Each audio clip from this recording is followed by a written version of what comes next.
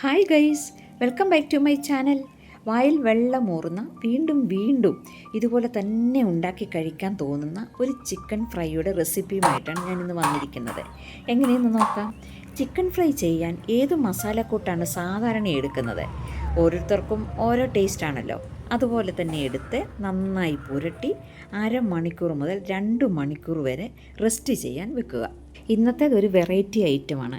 Air ഫ്രയറിൽ കുറച്ച് ഡിഫറൻ്റായിട്ടാണ് ഇന്ന് cook ചെയ്യുന്നത്. സാധാരണ ഓയിൽ ഒട്ടുമില്ലാതല്ലേ ഉണ്ടാക്കുന്നത്.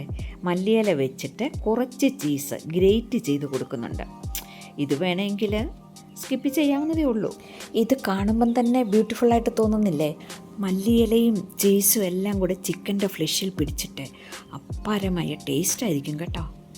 ഇങ്ങനെ ഒറ്റ പ്രാവശ്യമെങ്കിലും ഉണ്ടാക്കി കഴിച്ച് നോക്കണം. ചീസിൻ്റെ ക്വാണ്ടിറ്റി കൂട്ടുകയോ കുറയ്ക്കുകയോ ചെയ്യാം.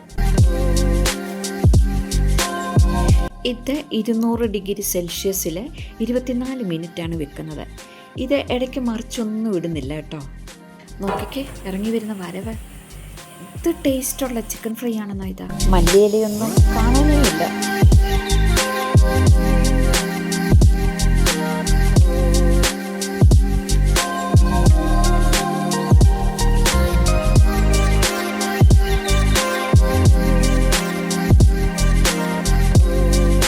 ഉണ്ടാക്കി നോക്കിയിട്ട് റിപ്ലൈ കമൻറ്റ് ബോക്സിൽ ഇടുമല്ലോ.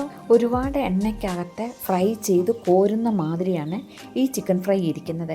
അതിൻ്റെ പുറത്തെ കോട്ടിങ്ങിനൊക്കെ പ്രത്യേക ടേസ്റ്റാണ്.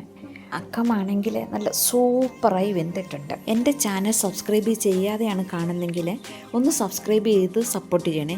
നിങ്ങളുടെ സപ്പോർട്ടാണ് എനിക്ക് പുതിയ പുതിയ ഡിഷുകൾ എയർ ഫ്രയറിൽ ചെയ്യാനുള്ള പ്രചോദനം നൽകുന്നത്. Thank you for watching my channel. ജയ് ഹിന്ദ്.